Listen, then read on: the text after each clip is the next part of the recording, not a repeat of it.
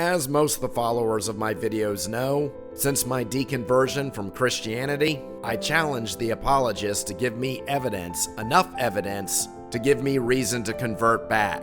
In will Lee Strobel's third interview from his book, The Case for Christ, set me on the path to reconvert. Stay tuned and we'll see.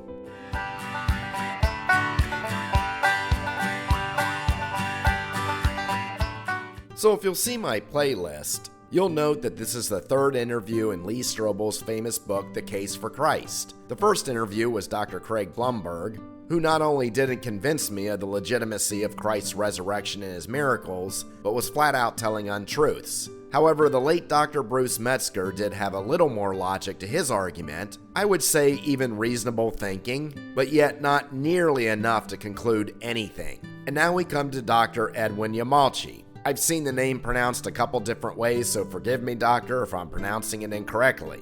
And this interviewee is no slouch. Lee Strobel did pick educated men whose interviews comprise the chapters of his work, and Dr. Yamauchi is no exception. He has a bachelor's degree in Hebrew and Hellenistics. He has master's and doctorates in Mediterranean studies. He has 8 fellowships, studied 22 languages, numerous writing works, and a heavy hitter in the Christian apologetic genre. But do you know what else he is? Someone whose faith is on the evangelical side. And like all fundamentalists, the cult blurs their clarity. And this shows the power of these cults on people's minds. Because one can get uber educated at the highest levels and still not understand the difference between what is evidence and what is conjecture. And I proved this in the very first thing that he says to Mr. Strobel during his interview. Dr. Yamauchi stated that Jesus made an impression on those who believe in him, but not much on those who didn't. Well, that's kind of the point of every atheist and agnostic argument.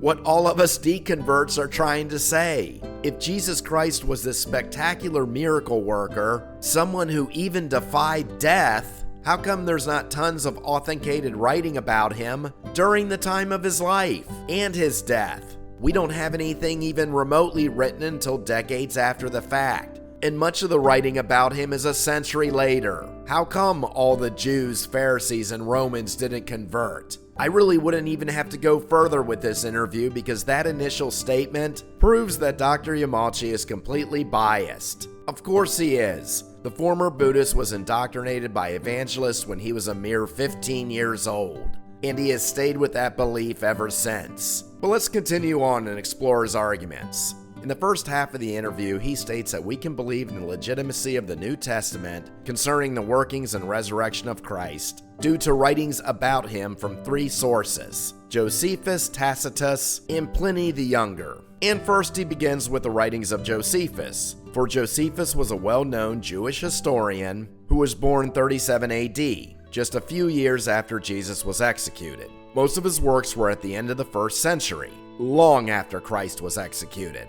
During 66 to 74 AD, during the Roman-Jewish War, instead of killing himself like many of his colleagues, he surrendered to a Roman general. Many thought he was traitorous for this act, and I've read some historians question whether he even remained a Jew, as many considered him traitorous. And the legitimacy of the writings of Josephus today are hotly debated among scholars, and even Dr. Yamauchi himself admits this. And he also admits that there are many texts that were probably added later by others that weren't the original words of Josephus. The one thing that most historians agree upon is that the reference to James, brother of Christ, is legitimate from his hand, and that Jesus was considered the Christ and Messiah. But he also states that in the writings of Josephus, the corroboration of Jesus' life, miracles, and resurrection was most likely interpolated. In other words, added by later Christians and not from his hand at all. So he concludes that what he thinks is legitimate is that Christ was a wise teacher,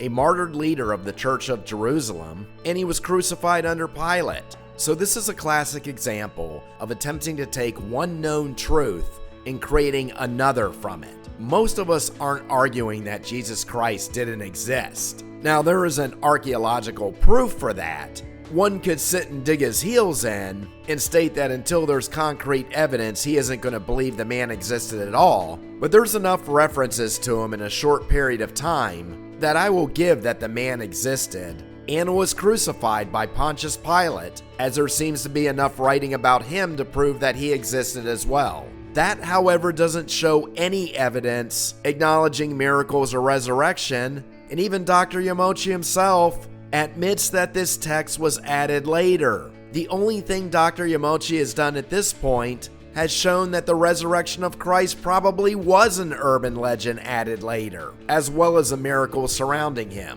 And he does the same thing with his argument using the writings of Tacitus, the well-known Roman senator and historian. And Tacitus, yes, was a meticulous historian, and he acknowledges in 115 AD that the Emperor Nero did persecute Christians as scapegoats for an earlier fire in Rome. And he states that yes, they did follow this Christ leader, someone who was surrounded by a, quote, mischievous superstition. So again, Tacitus is acknowledging the man, but he's not saying he believes the miracles and resurrection.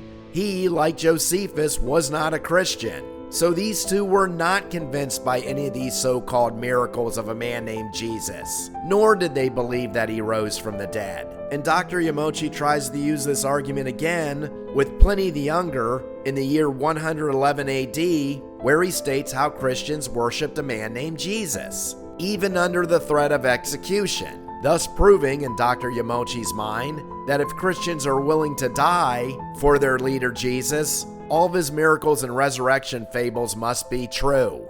All of this is logical fallacies 101. Everything that Dr. Yamauchi has presented in these arguments show that Josephus, whether he was a converted pagan or remained a Jew, did not acknowledge any miracles or resurrection of Jesus Christ, nor did Tacitus, nor did Pliny the Younger. So what you have at the end of the day is three major historical figures that do nothing but acknowledge that the man existed, had a following, had superstitions about him, but all three of them weren't convinced of any supernatural anything. If Dr. Yamauchi would take off his blinders, he would realize he completely defeated his own point. And Lee Strobel, who claims to be an atheist when he interviewed him, should have been able to take this argument apart just like I did, and just like all the atheists do. And this is why I still contend, as you can see in my playlist about the other videos concerning Lee Strobel's book, that he was already an evangelical when he conducted these interviews. Because this presentation from Dr. Yamauchi, as educated, degree, and fellowship-ridden as he is easily and absolutely negated. Because anything written about the supernatural powers of Christ, Dr. Yamauchi admits was probably added later. And everything that he thinks is legitimate writing shows that he was nothing more than a man with a following. And all the supernatural fables about him came later. And why doesn't this highly educated scholastic doctor understand this? Because he remains in a cult of evangelism. And Lee Strobel once again shows his dishonesty, because if he was really an atheist at the time of this interview, he would have called him on it. And if you'd like to see the Lee Strobel pattern of my accused dishonesty, check out the playlist on the cards at the end of the video as I take him apart interview by interview. And if you'd like to read a novel about the Armageddon that I admit is fiction, check out my novel The Second Fall in the links, and I will see you next time as we once again take that sword of reason and reality and thrust it right into the heart of ignorance.